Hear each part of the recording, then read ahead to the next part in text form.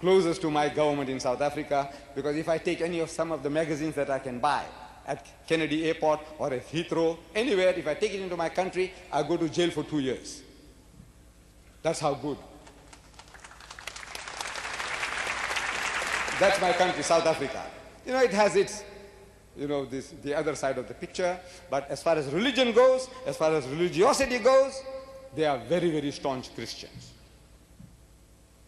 But that country of mine banned portions of the Bible. There was a pamphlet in circulation with extracts, 9 extracts from the Holy Bible. And somebody sent it to the censorship board. Said, look at this. What is this? So they made a decree that this pamphlet is banned, not knowing that these are words from the Holy Bible.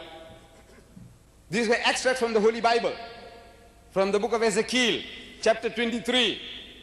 I dare any preacher read it to the congregation. I dare any evangelist to read it to his mother, his sister, his daughter, or even to his fiancée if she's a good woman. Ezekiel, chapter 23. The whoredoms of those two sisters, Aholah and Aholibah. The language, so lewd. My government banned it, and there were 2 ministers of the church on the board when they banned it, but they didn't know they were banning extracts from the Holy Bible.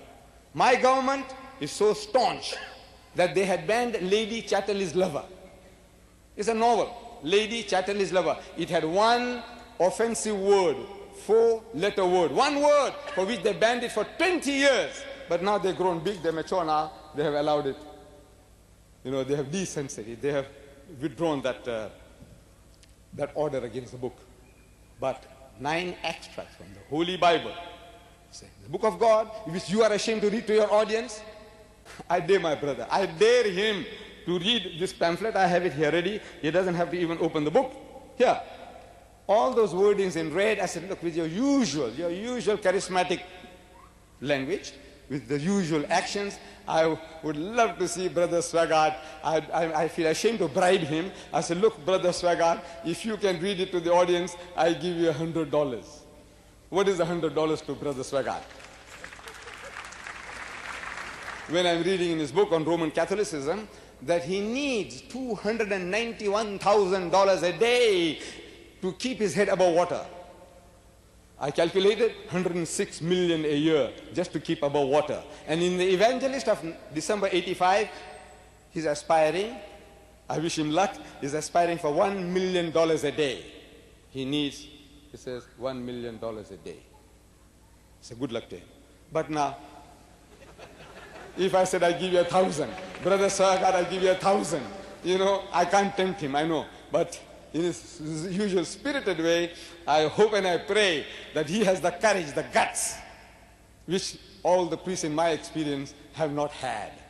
Read it to your audience. Ezekiel chapter 23. If you can't, and I can tell you that it is not the word of God. The Bible is not the word of God.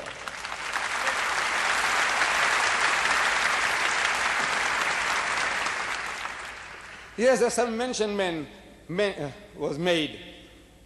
It was from my book. Is the Bible God's word? I had some 10,000 sent to the city, and I think they're available. I don't know whether they'll be given out here. I had instructed them, give to everybody. Let them go home and look at it themselves and read for themselves and make up their own minds. In this book, contradiction. The Quran tells us, أَفَلَا يَتَدَبَّرُونَ الْقُرْآنِ. He said, do they not consider the Quran with care? وَلَوْ كَانَ مِنْ عِنْدِ غَيْرِ اللَّهِ لَوَجَدُوا فِيهِ اخْتِلَافًا كَثِيرًا. Had it been from anyone other than Allah, you would have found in it many discrepancies, many contradictions. The Quran is not involved this evening, but this is what the Quran says, that if this is not the word of God, you will find in any book claiming to be from God, that book will be free from contradictions. Like, for example, the example the brother gave, I repeat that. I said, look, it says in one of the books, Solomon had 4,000 stalls of horses. Another one says he had 40,000 stalls of horses. And 4 and 40 is only the difference of a 0. So you say, I said, my cousins, the Jews, they didn't know the 0 when they wrote the book. They didn't know. It's my Arab brothers who found it from my fathers in India, and they shared it with the world. Zero. The Jews didn't know. They wrote this in words. 4, F-O-U-R, 4, in Hebrew, of course. 40, F-O-R-T-Y, 40. I says, now who made the mistake? God or the writer? And they were not saved. We are told that they were not saved from mistakes. Mrs. Ellen G. White, you say she's a cultist, Mrs. Ellen G. White, the prophetess of the Seventh-day Adventist movement.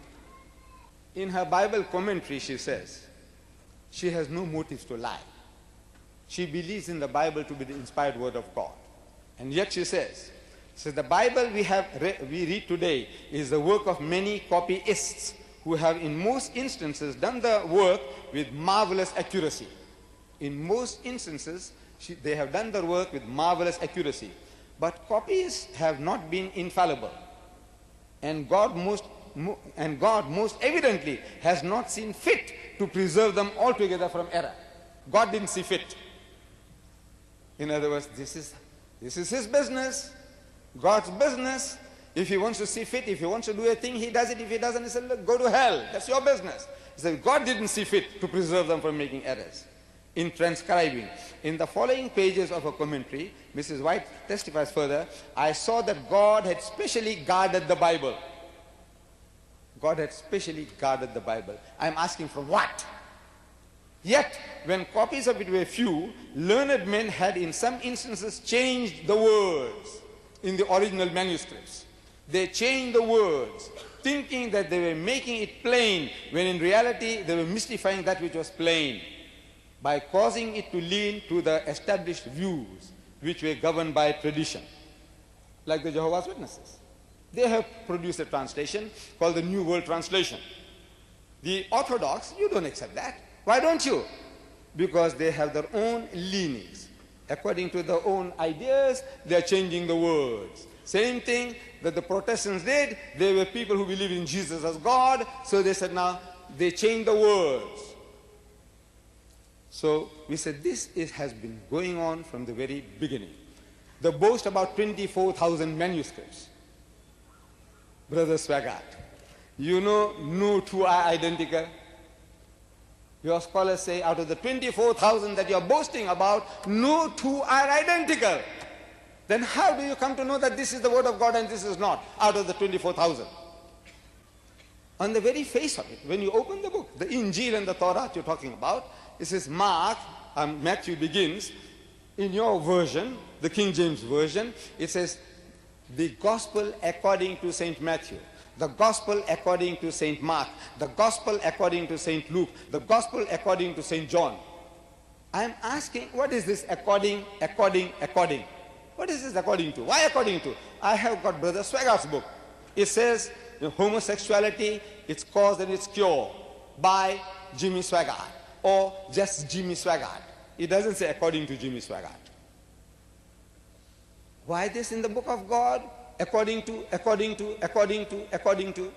You know why? Because Matthew didn't sign his name, Luke didn't sign his name, Mark didn't sign his name, John didn't sign his name. These are assumed anonymous books. Anonymous books. Attributed to God. I said, this is not the Injil. You see, even in your Arabic translations of these books, Arabic translations, it says, Injile Matthew means the Gospel of Matthew. Injil is used. Injile Marcus, Injile Lucas, Injile Johanna.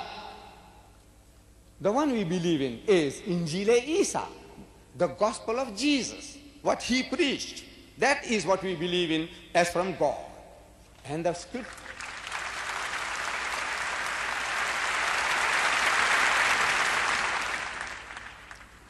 When you look at these books, Matthew, Mark, it says these are the Injil or the Gospels of Matthew, Mark, Luke, and John. We believe in the Gospel of Jesus, the one that he preached. And we are told by Matthew that he went to a certain place and he preached the Gospel. Mark says he went to a certain other place and he preached the Gospel. Luke says he went to a certain place and he preached the Gospel. John says he went to another place and he preached the Gospel. I said, did he have a book under his arm? Did he have a book under his arm? No. Whatever he preached was from God. That is what we believe in. If you can produce a document called Injil Isa, the Gospel of Jesus, we would be very happy to give it a recognition, to find out and verify whether it is from God and accept it as such. But what you have is Matthew, Mark, Luke, John, and J.B. Phillips, a prebendary of the Chichester Cathedral in England, a paid servant of the Anglican Church. When writing about Matthew, in his preface he says, early tradition ascribed this gospel to the Apostle Matthew. Early tradition. That's what people said. But scholars nowadays almost all reject this